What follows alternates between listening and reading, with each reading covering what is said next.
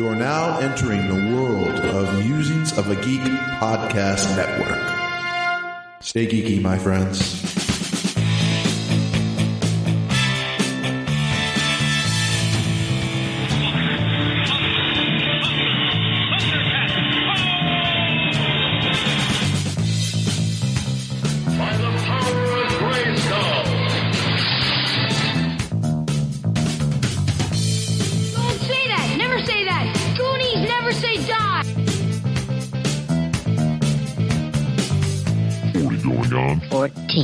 Hello, everybody, and welcome to episode 81 of 40 Going on 14. 82 of 40 Going on 14. April Fools. I'm Mike. I'm Patrick. Sorry. I'm Joel. And I'm Josh, and I'm one bad mother. Shut your mouth. What? No, you didn't let me finish. I'm a bad mother. I don't have a uterus. I'm literally incapable of giving birth to a child. I'm pretty much the worst mother imaginable. I'm going to need a drink to get on with the rest of the show with the image that I have in my head right now. That reminds me of a... Well, you know what? Never mind. I probably shouldn't tell that story. So we're finally doing the Shaft show. Yes. Talking about Shaft this week. Shut your mouth. That's going to go on for a while today, isn't it? Yep, that's the joke, folks. We're going to run with it all night long. Okay. For an hour. Yes. So... yeah, we're talking about Shaft. We watched the original 1971. Yeah, 1971 Yes. Shaft with Richard Roundtree, and then we watched the 2000 one with Samuel Jackson. Indeed. Yes. And Richard Roundtree in a guest spot. These are all true things. You know who reminds me of Richard Roundtree? The Musings of the Geek Network. Yeah, I was going to guess the fine people at the Musings of a Geek podcast network. Go figure. You and I think so much alike, Josh. All right. Well, if you were to visit the Musings I'm of not a Geek finishing podcast that. network, you would find such shows as Sweatin' the Small Stuff, Moving the Needle, the Pittsburgh Nerd Pod, Geek Dig Podcast, Green Up, the Arkham Social Hour, Salty Language, and How Is This Movie? Yay. And if you're looking to listen to us on Saturdays, when you're out walking through the middle of traffic, in the dark, wearing nothing but a black trench coat, you can listen to us at Geek Life Radio at noon, when it's really bright out. They'll probably see you. I'm parasailing. Or you can get our older shows on iTunes, find them on Blueberry, Stitcher, and TalkShoe. And if you'd like to leave us a voicemail, leave some comments or show ideas, you can call us at 708-NOW-RAP, 708-669-9727.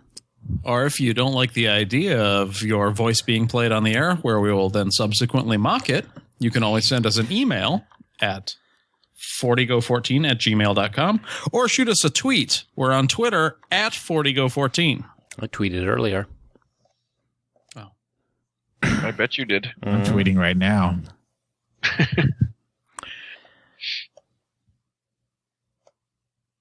Yeah, that wasn't awkward at all, Joel. So, listener feedback we were talking about.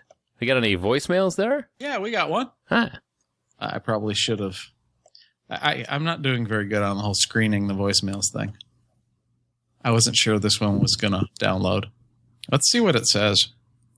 Mm-hmm. So, first 5 minutes of the show, and we have Talk with Voice and Devert. Adequate. Wait, what? What is that? I don't know. I don't know. Do we need to replay that? Was that Luke from Chicago doing a Charlie impression, or was that Charlie? I thought it was Charlie. No, that sounded was like Charlie. I'll play it again.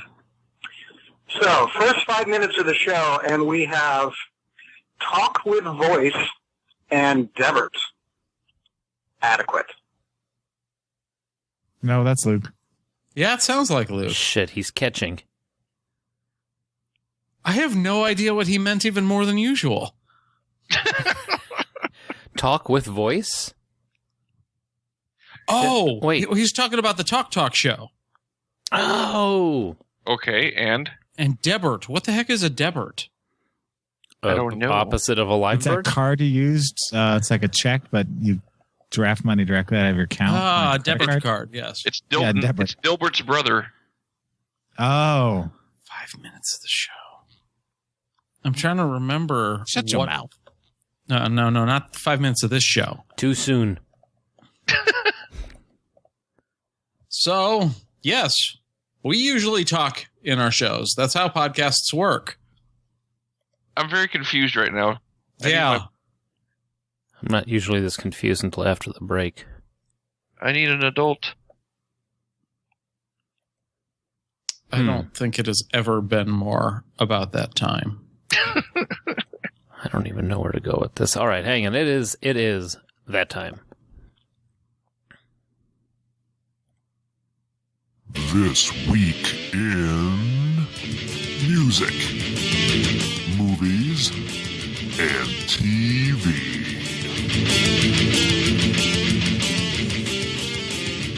And sports. A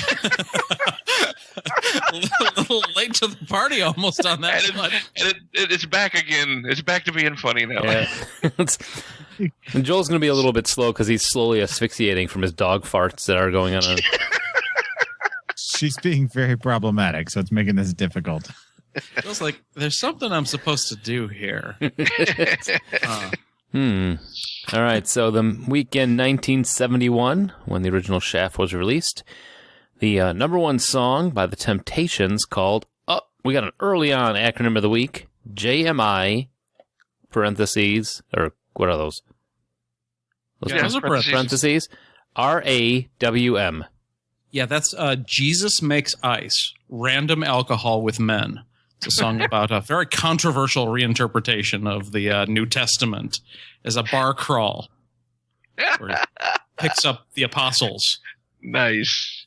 Then, So, what is Joel's line? Then Jesus turned the water into funk. That's awesome. No, that is actually just my imagination running away with me. Close, though. You were very close. yeah. Very close. Yeah. And that's followed up by Janis Joplin's Me and Bobby McGee, which Shaft. Which is also about Jesus. But not so much about the gay nightclub. Right. So James Taylor, his album Mudslide and the Blue Horizon is released on Mudslide Slim in the Blue Horizon. Mudslide Slim. I missed that one. Released on April 1st. Most people have thought that was an April Fool's joke, but no, it's just James Taylor. That's And an he will odd name title. That is. He will name his album whatever the hell he pleases. They're different Because things. he's written half the songs out there. I thought that was Barry Manilow. No, he writes all the songs. Oh. There's a lot I of thought that cover was Barry between the two White. of them. I don't base what I say in fact. I thought it was necessarily. Jack Black. He writes the other half. Oh, okay. So between the three of them, they each have a half. That makes, a whole. You're a hole. Yeah. Okay. Now you're gonna. This I have a legit complaint on this one. I don't know which way to go on the first name on this one, but I got to say, Igor Stravinsky. No, you went the wrong way. Is it Igor? Yes. Okay. Igor Stravinsky, Russian composer, conductor, and pianist, dies on April 3rd. Fucking hate Say you. it. Say it. He is now decomposing. Ba-doom, boom. Chowda. Chowda. These are the jokes, folk. Like them or leave them. You said he's a pianist. You get what you pay for. That's all I can tell you. Yeah. Movies. Ewan McGregor is born on March 31st in Perth, Scotland. In case you don't recognize that name, he was in Trainspotting, The Phantom Menace, and Moulin Rouge. And for some reason, no movies were released from January 31st to April 28th. People were riding high in the January release of Billy Jack, Fiddler on the Roof, The $1 Million Duck, Sweet Sweetback's Badass Song, and they break the silence with The Summer of 42. Yeah, Sweet Sweetback's Badass Song in a lot of ways actually popularized the whole blaxploitation genre. And originally, this is not a joke or anything, the producers of it accused Roundtree Shaft of kind of copying off of this film, despite the fact that Shaft was filming at the same time. Directed by Melvin Van Peebles, Mario Van Peebles' dad, and there's a great documentary about it, actually. Huh. Yep. I'll have to see that. The $1 Million Duck, I mean. Yes, well, of course. That's what we were talking about, right? Yeah, I know. Seriously. Which brought about the ducksploitation craze that happened in the mid-70s. That one's for Brian Farrell. Yeah, there you go. And TV, Marcus Welby, MD, is a top show, followed by The Flip Wilson Show and Here's Lucy. And then it's not sci-fi, it's horror. Well, yeah, but to be fair, vampire fiction is sort of a subgenre of sci-fi. You could say like sci-fi space opera is like general sci-fi, but I would call fantasy and most horror subgenres of science fiction. I'll run with it. The sci-fi soap opera Dark Shadows concludes after an almost 5-year run on April 2nd. Little known fact, I have seen every episode of the original Dark Shadows. Wow. Really? Yeah. I've seen none. It's not bad. Barnabas Collins, and then they remade it in the 80s. And then they remade it again, and it was apparently terrible. Yeah. The movie was terrible. The remake in, I think it was like 88 came out. It wasn't too damn bad. But no, when I worked at the video store, it was one of those where I would choose a TV show and just crank through it. That's how come I've seen all The Prisoner and a bunch of other shows. But yeah, watched all the Dark masturbate Shadows. while you were watching it? Well, I don't know how we got here. Yeah, you don't? We usually do, but I mean, that's early. You said you cranked through them. I mean, what else am I supposed to read into that? I wish I could psychically make your dog fart from here. She'll do it on her own soon enough. And then in spurts, born on April 3rd in Triumph, Idaho, Picabo Street is an American alpine ski racing world champion. Say her name again. Fuck you. That's what I'm saying. It's Peekaboo. He said Picabo. That's better. Isn't that hysterical that the goofy way to pronounce it is the correct way? Okay, yeah, okay. Peekaboo Street. Picabo. Okay. Yeah, Peekaboo. And I didn't go with, I went with Picabo, and it's Peekaboo. I wouldn't have said Peekaboo. That's funny. No, I don't blame you for saying that. I thought that was she was recognizable enough that you would have known that. Yeah. Because she was kind of famous for a while.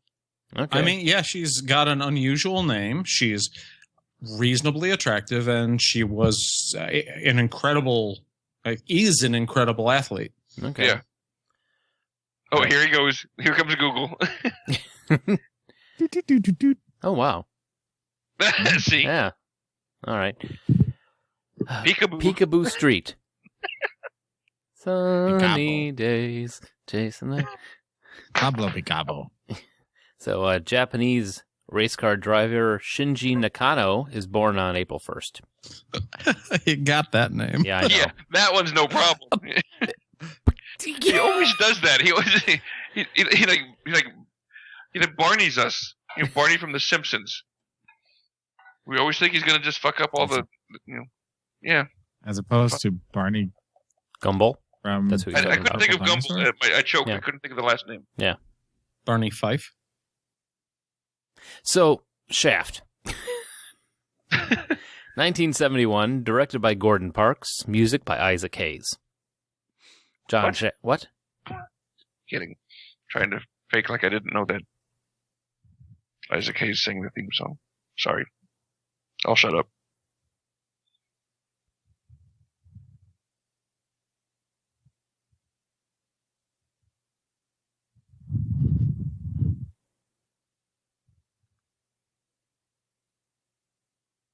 All right, I'll be the one because I know none of you fuckers are going to break. Are we doing the mime show again? Yeah, for a moment, I forgot what week it was. So it would John Shaft is the ultimate in suave black detectives. Finds himself up against Bumpy, the leader of the black crime mob, then against black nationals, and then finally working with both against the white mafia, who are trying to kidnap Bumpy by kidnapping his daughter. Blackmail Bumpy. Otherwise, it'd be a double kidnapping. His daughter is blackmail Bumpy? No, his Yeah, daughter is... She's named It's an Braille. unfortunate name. Oh. See, it all makes sense now. Kind of. It does? What? Oh. All right, so Richard Roundtree is John Shaft. Moses Gunn is Bumpy Jones. Charles Cioffi as Lieutenant Vic Andrazi. That's pretty much all the names that we're going to get through is that you're going to... Richard Roundtree and Moses Gunn is the only two that I recognize out of the whole thing. Yeah, pretty much. I mean, I had seen Charles Cioffi in other stuff in the 70s, but always playing that sort of bit part random cop dude. Mm-hmm. And you've got Christopher St. John doing the kind of like dickish partner, the kind of role you'd expect to go to like Judge Reinhold if it was 10 years later. Judge Reinhold, really?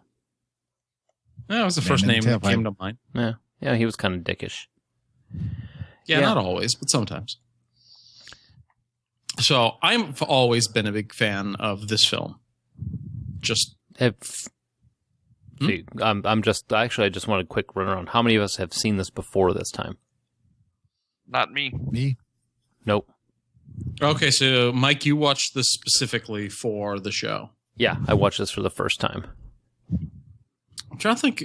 I think the first time I saw this was probably in college. Well, you were rooming with Joel, so I can see that happening. Well, and we'd go through genre periods where we'd watch all sorts of different things. And I don't remember if this was around the time that Jackie Brown was released that we went on our exploitation flicks binge. Black Belt Jones. But that seems fairly reasonable. Like that might have been why I got into this film and others like it from the same era.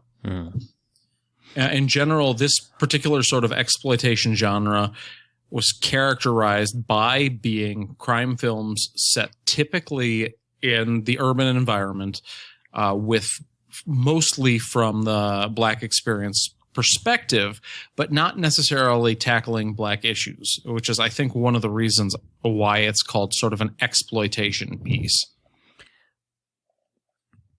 Well, it was up there with... Superfly, Blackula, the original Foxy Brown, and the Mac, and of course Rudy Ray Moore as the Human Tornado. Well, and Mandingo, and Sweetback's Badass Song. Yeah, Cleopatra Jones.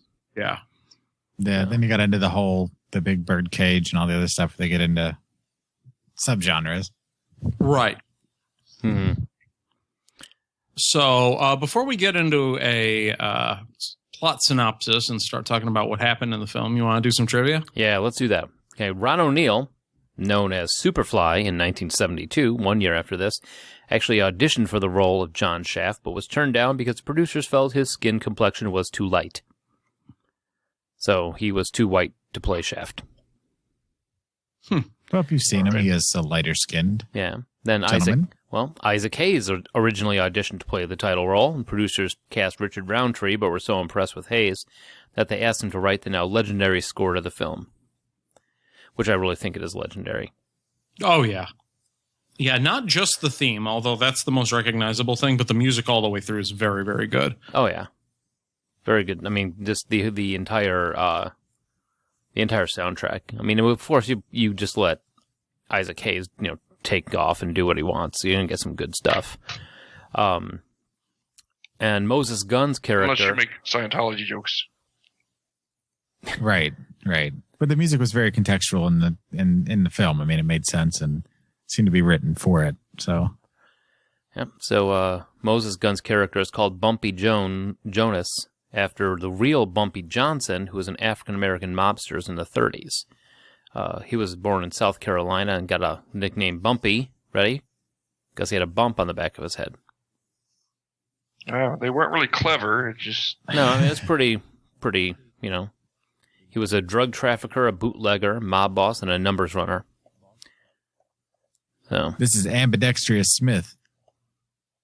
Why'd he call him that? Because he can use both hands. This is Double Chin. Face Jones. We call him that because he got a face. Okay. Yeah, pretty much. Sounds about right. So we start out the movie with Shaft completely ignoring traffic. Pretty much. I mean, basically, if you're going to want to walk like a badass through New York, you're basically just going to have to keep going regardless of what happens. And that's what Shaft does. Yeah. I mean, it's, I wondered, well, I'll talk about it later because they continue it later on, but it was like, he has absolutely no, I don't say respect, but no consideration for anything going on around him. He has to get from point A to point B, and you're just going to move. Yeah. I mean, I think they're kind of establishing his character somewhat in those opening shots as a guy that is a strong enough character, a big enough badass that he expects even the city of New York to move around him. And they do. Yeah. Yeah. And it's, and you start out, you've got the cops that show up and start to try to pump him for information. You've got the jaded old cop that just is just like, hey, tell me what you know. And then you've got his, like, who did you call him? Kind of a Judge Reinhold. Yeah. Later Judge Reinhold, not early. Yeah. Judge Reinhold-ish guy who, come on, let's just, we'll pump him from there. We'll just get the, beat him up and get the information out of him. It's like, you don't do that to Shaft. You don't press this guy. You don't press Shaft. No, he's not impressed. Plus, the opening shot saves on script, so. Yeah. Yeah. It was neat to watch, though, because it was like a time capsule of New York at the time, though, which I thought was fascinating. That's true. I think that one of the things that they are doing is they're establishing this as almost a classic detective, almost kind of a noir kind of story. But they're turning the whole relationship between private eyes and police kind of a little bit on its ear, making the connections like, okay, this is how it would be if the private eye were black, and we're talking about the 1970s and you've got white cops. Well, the thing is, though, Vic Andrazi, the lieutenant, seemed a little bit more empathetic.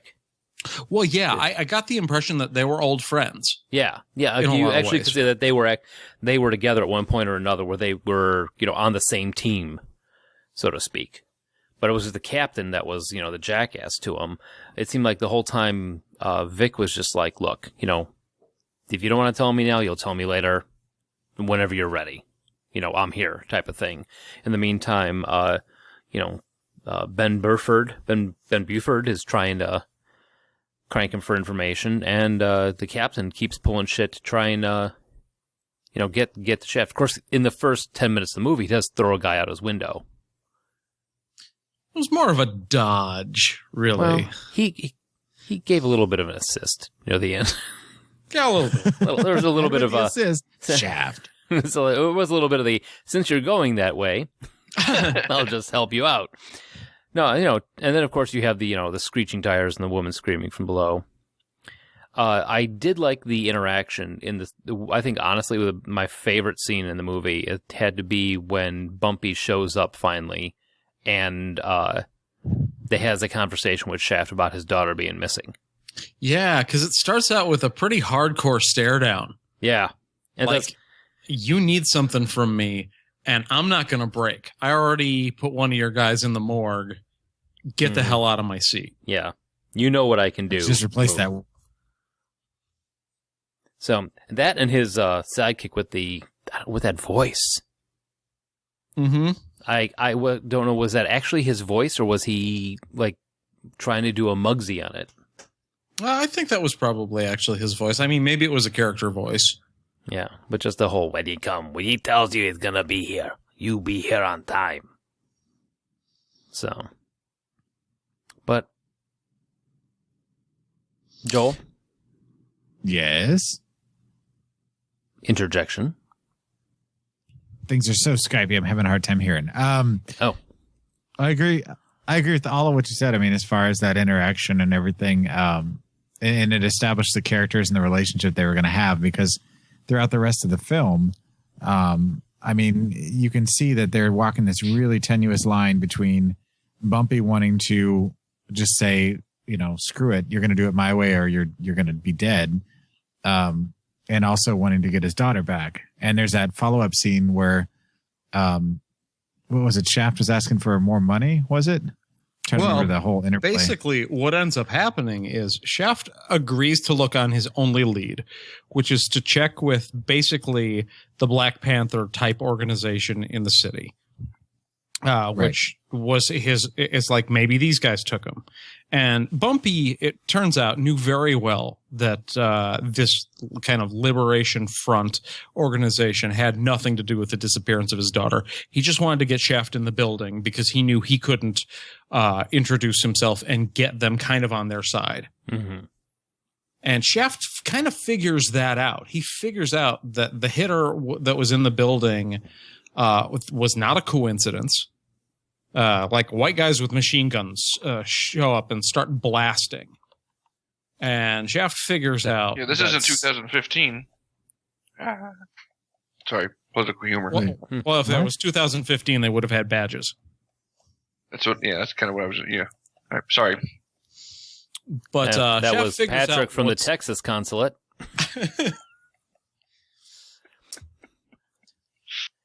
So in any case, Shaft goes back to confront Bumpy with the fact that he knows that he was sent in there, and he's wondering if he's being set up, if what exactly the real story was. And he finally gets the real story, which is that the mafia took Bumpy's daughter, and the Italian mafia is making a move over drugs on territory, trying to take back Harlem, and decided to take her for leverage. But to the public, with a bunch of white guys killing black guys and vice versa, to general New York, it's starting to look like a race war's brewing. Mm-hmm. So he wanted to bring in the sort of Black Panther guys to act as additional soldiers that would take the heat off of his own organization. Yep. And honestly, they were a pretty crack team. Yeah. You know, they covered the exits. The one scene where he goes in and Chef gets shot. Spoilers. To try the first attempt to save him. You know, you could see that they had bought into it. Oh, you know, that they were in. They understood what was going down. One of the things that I don't say was a drawback, but kind of took away from this one for me was I didn't understand even less though, understood any of the slang. I mean, a lot of times I didn't know what the hell they were talking about. Huh. You didn't have subtitles on?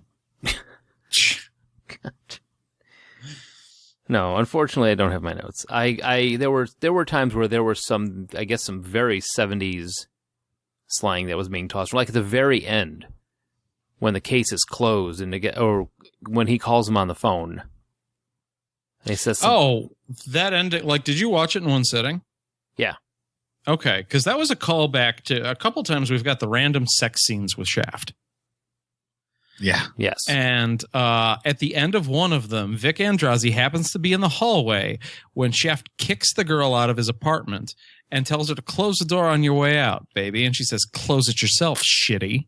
Oh, that's right. And then the final line in the movie is a callback to that, where he's like, I'm handing you your case on the platter.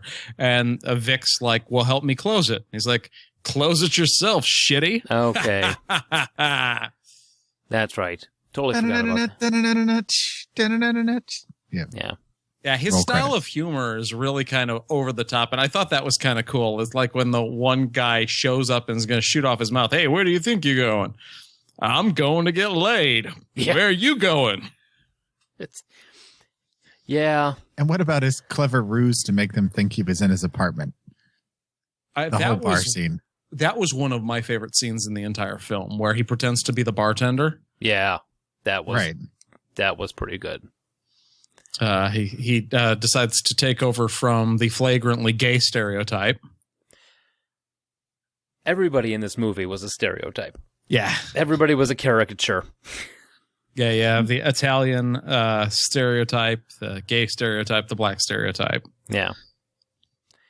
But no, the other... Yes, and the gay man referred to his girlfriend's chest as groovy boobs. Groovy boobs.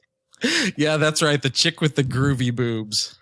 It's nice to see I'm not the only one that uses that phrase. The other thing I liked was the scene where Vic Andrazi finally got into Shaft before the close it yourself shitty scene, where he's in there and they're having the whole conversation of the captain wants me to find you. Are you here? No, I'm not. It was, well, if you ever do get in, you may want to know that this is happening. But since you're not here, it's like, yeah, and that's the sort of scene that could have been pulled directly out of a Bogart film. yeah. It almost And was. actually, I think, Pat, you talked about gravy boobs, not groovy boobs. I'm not Just Googling Now that. it's just gravy boats. Gravy. Do not search gravy boobs. Huh. You from Swanson's gravy boobs. Not what I was expecting. Okay, so before keep we get to talking. the ending, we do have Shaft trails the mobsters, basically claiming that he's been authorized to speak for Bumpy, gets into their interrogation room by talking to the cops, and tails them back to where they're keeping the girl, and attempts to, with just a couple of guys, take her, but gets shot in the process. Yes. However, he was smart enough to make sure that one of the soldiers, which he has negotiated a price for each of the soldiers from the sort of Black Panther organization, and like a per head, what was it, like $20,000 or $10,000? Oh, how many? 10,000 per, yeah. Yeah, Yeah, 10,000 per guy. He had one of those guys watch, no matter what happened, make sure if something goes wrong and they get away, you know where they go. Which sets us up for the ending, which is this massive, almost like Mission Impossible meets A-Team sort of. You got costumes and going in from different areas. You got distractions and flashbangs. Yeah, and gasoline bombs and, fire hoses, and then they built the thing that shoots the watermelons. And Wait, what? that wasn't in your. I You must had have to go watched with something. watermelons. I'm like, Well, I was thinking about the A-Team where they were on the farm. Pat, get out of his head. Mike, come on, man, watch it. That's racist. I did it again. The Texan is calling me racist. yeah. All right. So, but no, I mean, that was that. I like that cool scene where they steal the outfits and they all sneak in, wait for the signal, and when everything hits the fan, when everybody comes jumping out of the doors, they're all ready to shoot. And they actually came out of it pretty well. They only had one guy get shot. Yeah, and the plan didn't 100% go according to plan when they were trying to light the bomb and they realized, oh, we're going to need something else. And the guy's pulling random stuff out of his bag until they find something that's going to burn. Yeah. Here, take this. This is gin. Okay. It'll smell nice. Yeah. When they had a drink, and then they found the bottle of gasoline. I'm glad they didn't pull the gasoline out first, because then Chef would have drank that. I wouldn't put it past him.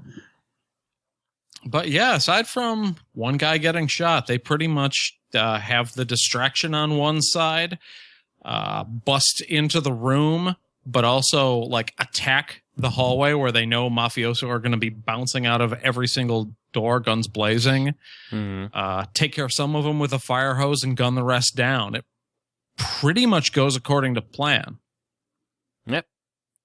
I did, going before we go to the total end, the little Jewish street doc was a riot. Oh, yeah. After Shaft gets shot, he have him come in and patch him up. He was cool too, and another caricature. But no, they liked that guy. Yeah, I think that the pacing of this movie is one of the great things about that. It slows down a little bit near the beginning where you get the first almost unnecessary love scene. But I mean, even that's character building. Right. They're establishing who he is and what he's about, what's priority and how much of a just badass dude he is. Mm-hmm. Right. But yeah, aside from the love scenes, everything has a very brisk pace to it. It reminded me in terms of how much the action moved of something even like Empire Strikes Back, where you've got scene to scene to scene with I barely saw the time passing when I watched it again. I think it's one of the reasons why the film holds up pretty well. This was selected in the year 2000 for preservation in the U.S. National Film Registry by the Library of Congress for being culturally, historically, or aesthetically significant. Huh. I did not know that. Like I said, it was time capsule. Yeah, it really is. I mean, because it's just a reflection of the time is what you're going to get out of this one. Well, and even if you take the stereotypes of the time, I mean, they're stereotypes because they're based on reality in some regard. All the filming and everything there of big budget Hollywood, it was, a different side of it so it makes it that much more impressive because it still feels like Hollywood, but it really, I mean, it was made to sell tickets and make money and not much else. Yeah. Which is interesting because it's in some ways more radical than the sequel / I don't want to call the film we're going to talk about in the second half a remake because it isn't a proper remake. It is more of a sequel. No. Yeah, it is. And they're doing a remake, but in some ways, this is more radical than the remake because so much of the cast is black. They didn't feel the need to jam a couple of large, big budget draw white actors into the film to make sure people would see it. And in some ways, I think that made it a stronger film. No, I agree with you on that one. I mean, it is a they didn't well, like I said, they didn't bow to Hollywood and say, okay, this is, we want this to be a big hit, so we're going to try and throw, I don't know who they could have thrown in there. I mean, even after watching it, you couldn't actually think that there would be a person that you could toss in there to up it. I mean, with the characters alone, who could you, I mean, just the mobsters, the cops. Sidney Poitier. Yeah, and as they went on to sequels and the short-lived TV series from 1973, those sensibilities got bent a little bit, where Shaft was working alongside a white, I don't want to say partner. Is that Shaft in Africa? No, I'm talking about the television series. Oh. It was 7 episodes from 1973 to 1974. And he worked, instead of working sort of at a different angle with the police, he was working directly with them. Okay. So, and that was partially CBS deciding, hey, if you're going to do this on network TV, you're going to have to tone the character down. Right. Well, I mean, and then when the cartoon happened, I mean, they really toned it down. Would. All right. Break. That never happened. Yeah, I was waiting for the joke. In my head, they made a RoboCop and a Police Academy cartoon. I mean, come on. No, I just thought you had some pun set up, honestly. Oh. No, I was in my head. I had like the Hanna-Barbera Shaft, like doing the bongo run where he, like Fred Flintstone. See, I would watch that. I would.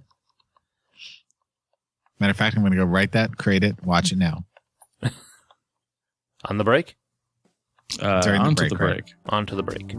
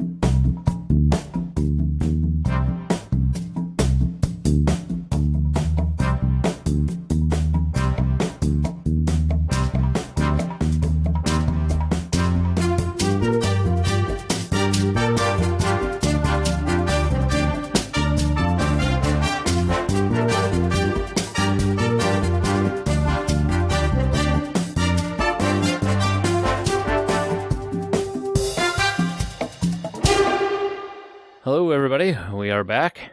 We are here to talk about Shaft 2000. He saved every one of us. You may have watched the wrong movie again. What? Yes. Crud. So this is not a remake. They're working on a remake now, this year. I don't think it's going to actually come out in 2015, but I think principal photography should be finished in 2015. But rather than doing a reboot, they decided to do Shaft with Samuel L. Jackson as a sequel with John Shaft's nephew. Mm-hmm. Who is now a cop. Yeah. And For a little while. Well, yeah. Yeah. Spoilers. Well, there's even less, spoilers. Yeah, call that now. Either way. If you haven't seen it, you've only had 15 years.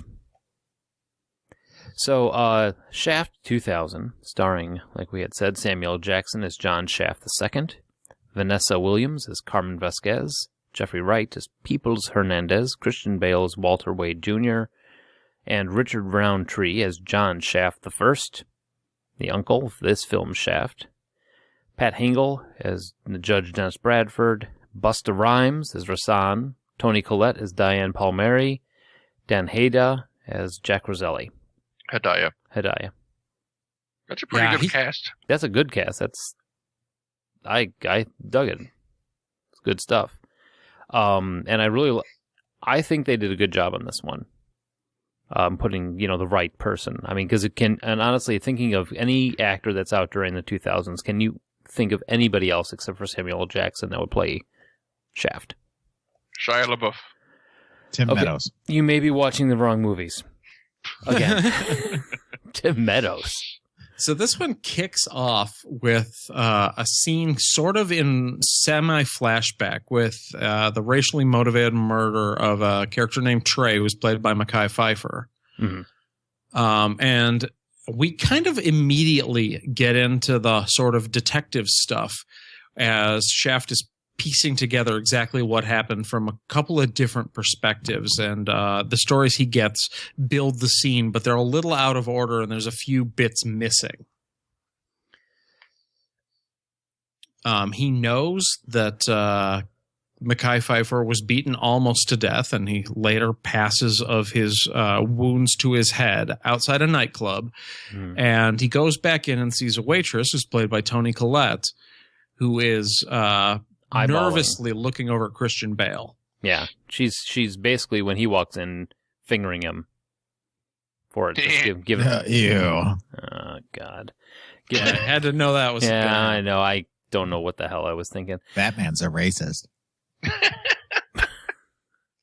Yeah, and he was a particularly cartoonish racist too. Yeah, he took Very great much so. glory in being a racist. Christian Bale? I had forgotten that he was in this. It took me about 2 minutes to realize it was him, because I was like, that can't be Christian Bale. Well, I think Christian Bale has cornered the market on rich white assholes. Because you have him in this. That person, Donald Trump. Yeah.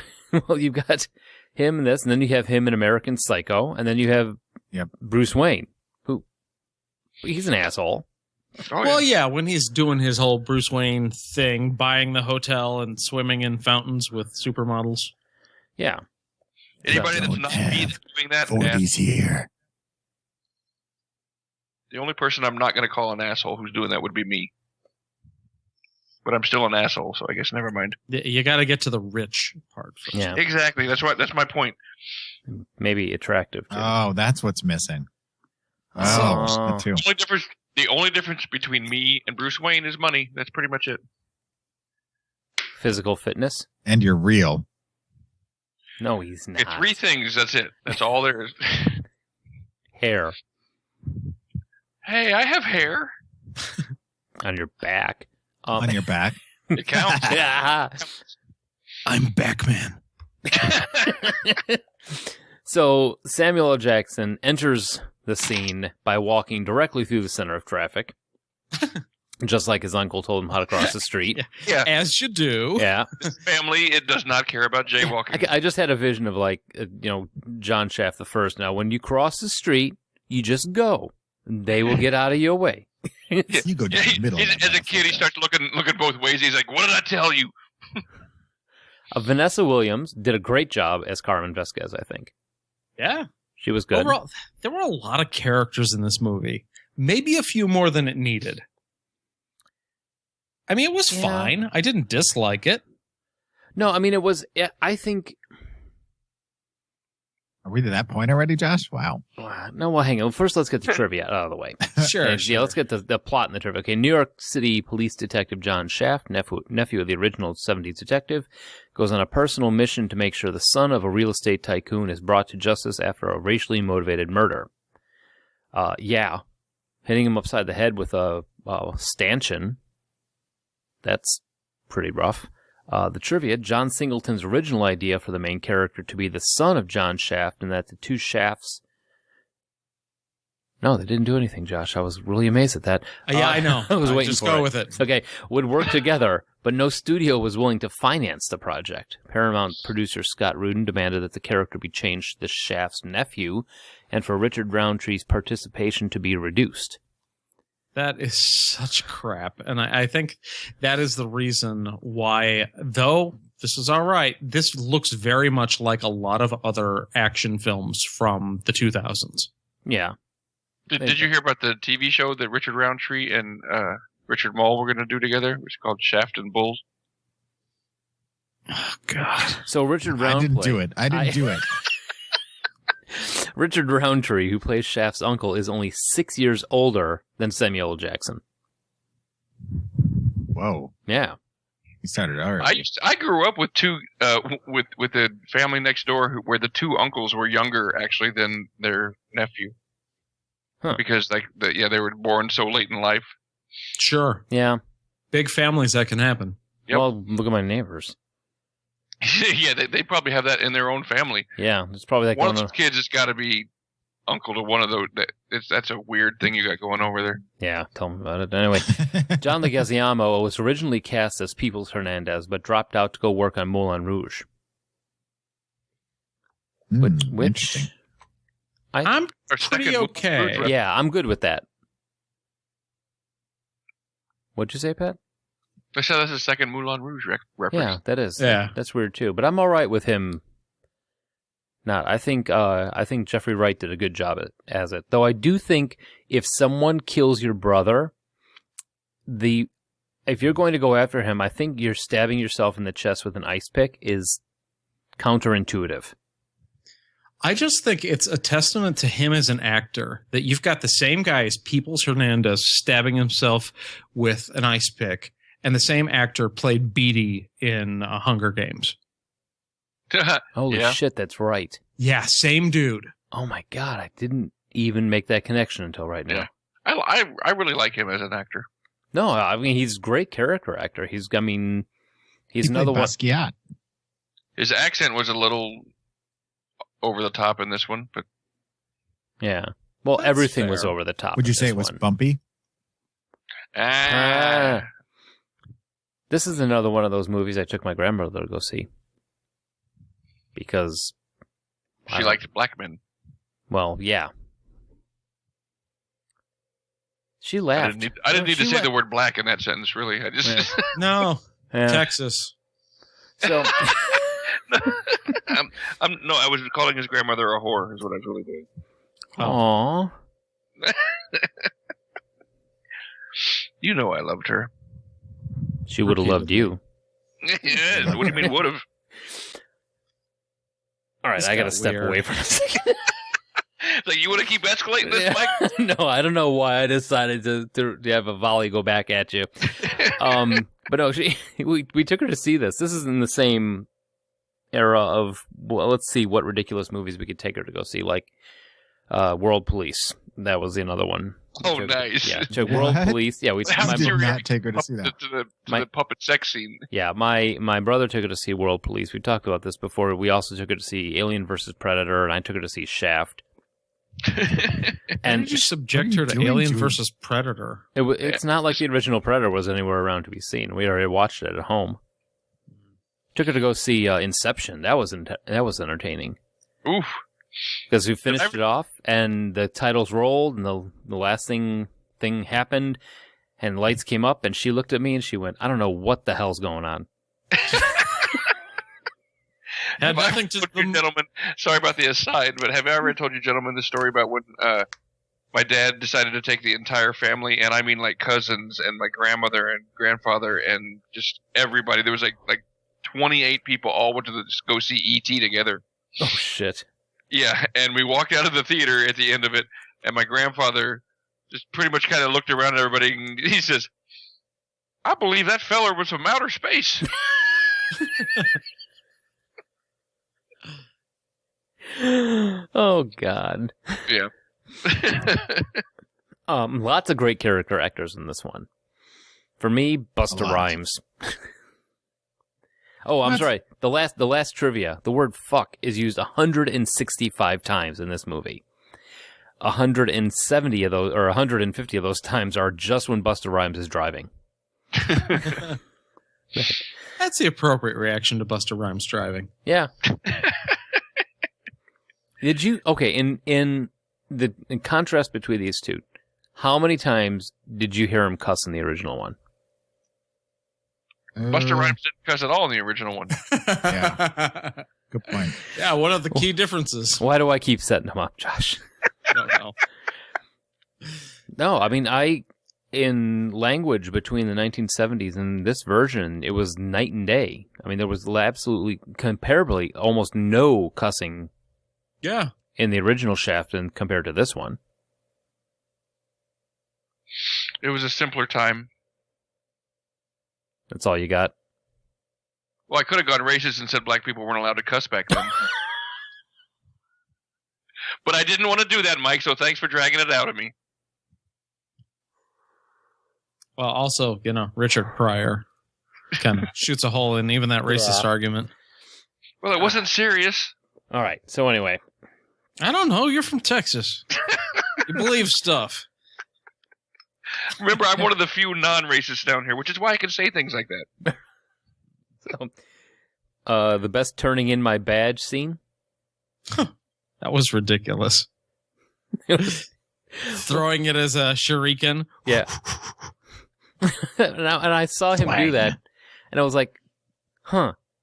Now, if there were physics in this world, somebody in the upper deck just got ganked because that thing would have flown off like sideways out of his hand. I liked it. That's a little known fact that at any given time, a cop can use his shield as a throwing star. Yeah, but they only get to do it once, so they don't do it very often. Right. Then you have to send off to Japan for another shield. Right. And while it's gone, you're not a cop anymore, so you expose yourself to danger. You can't violate any civil rights. you can't. Never mind. Go with that instinct. Yeah, I'm going to shut up. I felt bad. I get the whole show arrested. I felt bad for Diane Palmieri's brothers. Yeah, but to be fair, you come at Samuel L. Jackson with a bat, you should know what you're getting into. Yeah, if you come at him with a bat, you're definitely going to get ganked by peoples. That's what's going to happen. Yeah, that's true. Yeah, that poor guy, he got stabbed right in the liver. He survived, though, didn't he? I don't know that... Did the second brother actually live through that scene? I know... Yeah, I think he... No, because I think... You can't call them brothers unless you're actually black yourself, Josh. No. We're talking about the white dudes. Oh, sorry. In that case, it's cool. Yeah, I think he did. I think they made an offhand comment about his other brother was in the hospital. Oh, you could be right, yeah. Because he was checking on him with their mom. Yeah. And that he was still alive. He was in the hospital. I think that's absolutely correct. Yeah. This wasn't an R-rated movie, was it? Oh, yeah. Yeah. It was? Okay. This was a pretty hard R. Yeah, I was going to say, because you can't kill people like that in a PG-13 movie, so... You can't say fuck 165 times in a PG-13 movie. That's a good point. Yeah.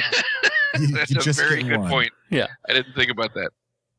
He said, they only said fuck once, but it was like a 35-minute fuck.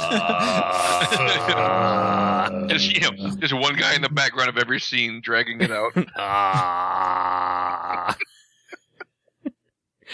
The introduction, having Richard Roundtree show up was awesome. And I think that making him his cousin and ending it with those two going off and starting up the private investigation team, I think was a great ending to it. And that's all I have to say about that. Well, I mean, there were a lot of things going on here, a lot of like plots and subplots, and I guess it all came together. I don't think this was a bad movie. It was just an entirely generic movie with a thin veneer of like cool from the 70s. I think they could have gone better if they had either gotten rid of Walter Wade or Peoples. Right. And I kind of feel that there's pressure from the studio to make it a more generic action movie to get broader appeal, which is how you end up with all of these great actors. Like, I love Christian Bale. I've thought Toni Collette was awesome since My Big Fat Greek Wedding. Yeah. But I don't know that all these characters doing all these different things. Not My Big Fat Greek. She was Muriel's Wedding. No, and I was trying to remember where she was in My Big Fat Greek Wedding. No, I saw those films like within a year of each other, so I frequently mix them up. Dan. I still haven't seen Muriel's Wedding. It's good. Yeah, Jack Roselli also. Really good. He's good. I like him in all the stuff they put him in. Who? Yeah. Dan Heda. Yeah. Oh, yeah. Hedaya? Yeah, Hedaya. He pretty much always plays either a villain or a dirty cop. Yeah. Or a sleazeball. Yeah. Yeah. And that's the thing is like, I mean, the twists in this movie were like, oh, look at the guy who's actually helping him out is the one who's, the racist guy over at the PD.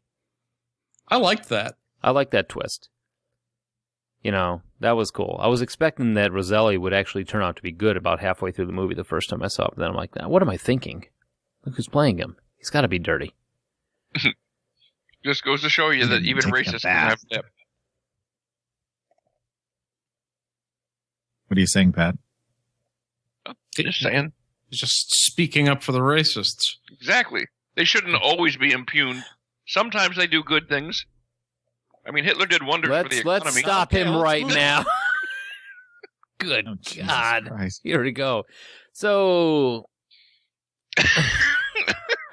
I'm sorry, I can't even maintain a straight face. I don't even know where the hell to take this now.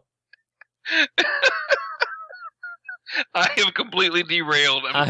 I almost said what we all think of the movie, then I realized Patrick might speak up. I like the ending. How about when Shaft is about to just put a bullet in people's head, and then the brothers show up and just hit people's with a car? That was pretty badass. the Palmieri brothers. It's like, yeah, we're gonna ride to the rescue right before Shaft could take out the big bad in a lot of ways. Yeah. I like when the first time he took Peoples in too. And when he touched him, you assaulted a police officer. I felt my life was in danger. There were a lot of good lines in this movie too. I mean, and a couple of cringe-inducing bad ones. But I did learn a new pickup line. Oh God. Go ahead, Josh. What was it? God, what? Oh, asking if she wanted to cuddle or if she wanted the long D. The long D. So freaking awkward. Yeah. I had to alter it. I'll call it like the medium D, but whatever. You call it the stubby P.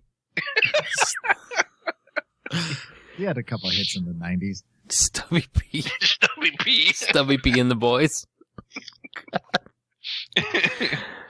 And that's that whole scene with the awesome, talented Sonia Son, who you might not even know who she is unless you watch The Wire, which is one of the leads in The Wire.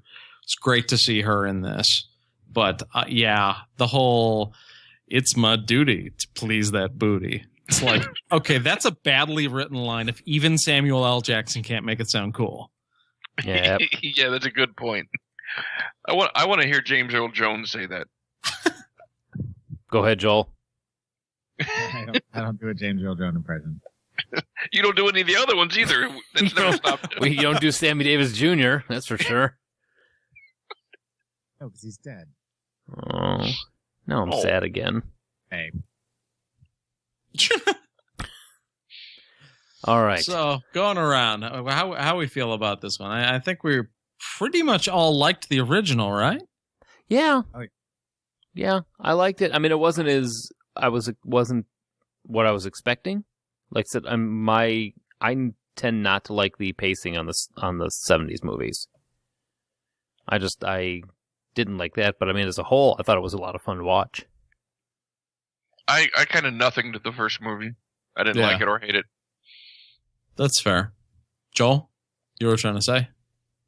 The first one is classic. Yeah. I love it.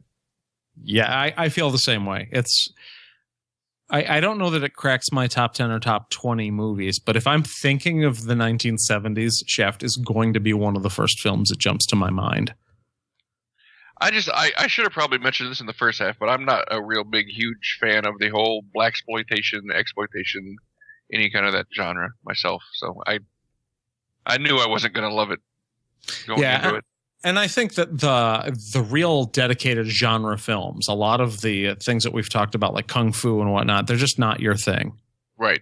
I don't like the things that are too stylized. So how about the new one? The new one was fun, but it wasn't anything new.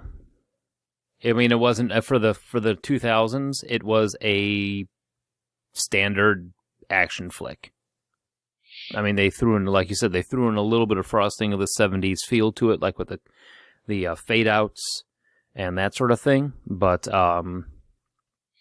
it's not one that I would go out of my way to buy. I think if you want to see Samuel L. Jackson being a badass, there are a lot better choices out there to make. Yes, absolutely. Yeah, I don't know. Like, the original, I think, deserves its place in the Smithsonian's list of culturally significant films. This one, while I don't have any particular problem with it, like, I'd say, yeah, I liked it. It was a movie. I wouldn't say any particular thing I disliked about it, but it's certainly forgettable as compared to the first. Well, I mean, also look at what else was coming out that year. I just brought up most popular feature films in 2000. Number 1, Castaway, Gladiator, Snatch, American Psycho, Memento, Requiem for a Dream, X-Men. Those are some outrageously good movies. Yeah, Remember the Titans, Mission Impossible 2, Almost Famous. Yeah, this was a good year for movies. Unbreakable. And then, I mean, you've got Unbreakable, and then you've got American Psycho, 2 much better movies with Samuel L. Jackson and Christian Bale. Yeah. Emperor's New Groove. That's another awesome. Oh, Brother, Wherefore Art Thou? I mean, there were so many other movies that came out in 2000 that there was no way. I mean, they did this so by the numbers that there was no way that this thing was going to. Yeah, and that's the thing is I think they wanted to make it appeal broadly, but they genericized it so much that it's not noteworthy at all. Yeah. But it probably made money. Yeah, I'm sure it did. I mean, got $70.3 million. Wow. What was the budget? Don't know. $70.2 million. Yeah. Technically.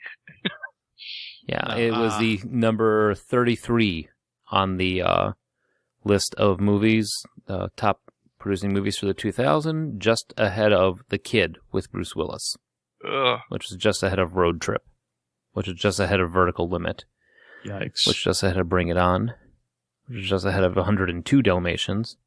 I feel like I'm listening to somebody read numbers from the Bible. The Cell. Which beget. Oh. Even I think those are boring. Yeah. All right. So budget was estimated budget of $46 million. Yes. So yeah, it made some money and it got pleasant reviews. I think in general the consensus was like, yeah, it was all right. It was an action flick. Yeah, Yeah. mixed to positive reviews. There's a former Commissioner Gordon and a future Christian Bale in it. He was also Christian Bale then. No, Batman I meant. Sorry. Oh, okay. Pat Hingle and It's just Christian kind of Bale. It's just kind of a throwaway action movie from that time. Yeah. Yeah. It's cool that McFarlane Toys that year actually made a Shaft action figure based on Samuel L. Jackson as part of their Movie Maniacs toy line. That's cool. I don't know that he fits as a maniac, but I think it's awesome that there's a Samuel L. Jackson action figure. Yeah. You guys know that you can get your own action figure made now? What? Yeah. Like of me? It's a company you can send in. If you send in a bunch of pictures of you, they'll make an action figure. Huh. Yeah. Package it and everything for you. Hollow Man made more money than this. Ooh. Wow. Space Cowboys made more money. Space Cowboys, man, baby boomers loved that movie. Chicken Run made more money than this. Hmm. That was fun. Chicken Run was innovative, at least. Big Mama's House made more money than this. Okay, I can't justify that at all. Yeah. And done. So what are we doing next week? Chicken Run. Mana. Do do do do do. Mana. Do do do do. I'm not doing the whole thing. Muppets. We're done. We're doing the Muppets. We are doing the original Muppets, the Muppet Show, the core Muppets. Miss Piggy, Kermit the Frog, Fozzie, Gonzo, Scooter. Sure. Yep, all those guys. And we will watch some old Muppet Show episodes. We're going to watch the Muppet movies and talk about that for next week. Who just left? Nobody's here. Yep. Oh, Josh. Josh? We lost He didn't Josh? leave. He's just his connection went shoddy for a second. Okay. Well, if by chance you want to look at any of our older shows, you can find us on iTunes or on Blueberry, Stitcher, and TalkShoe. If you want to call and leave us a voicemail number, I don't know why you would want to call in after listening to this show, but I'm sure you have an opinion. Call at 708-NOW-RAP. That's 708-669-9727. And please, if you want to direct any at Pat, just say his name first. Oh, was that just me who disappeared? Yeah, just you. Yes. Just you. Oh, that's weird. It dumped me out in the middle of talking about the Muppets. Yeah. But we did. Did you want to say anything else? No, I like the Muppets. Don't I try. got nothing. I assumed the entire show went down due to bad internet, but it just dumped me out. Sounds like we missed a real gold nugget there. Yeah. I like the Muppets. Well, no, I started saying, well, yeah, we're doing the Muppets. And then no one was saying it. So it's like, The Muppets, right, guys? yeah, not everybody at once. So, Muppet shows next week. Before we go in at 14.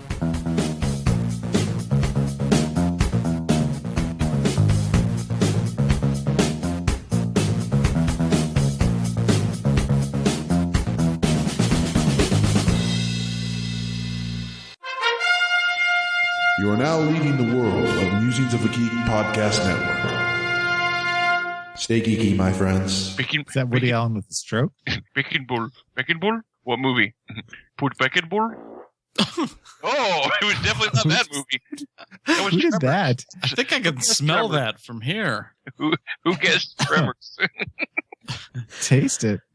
No, thank you. I'm good. Who was that? Who was that? Mike? I'll be right That was Mike. Yeah, I had a mouthful of beer, but I was sadly I know Mike's farts.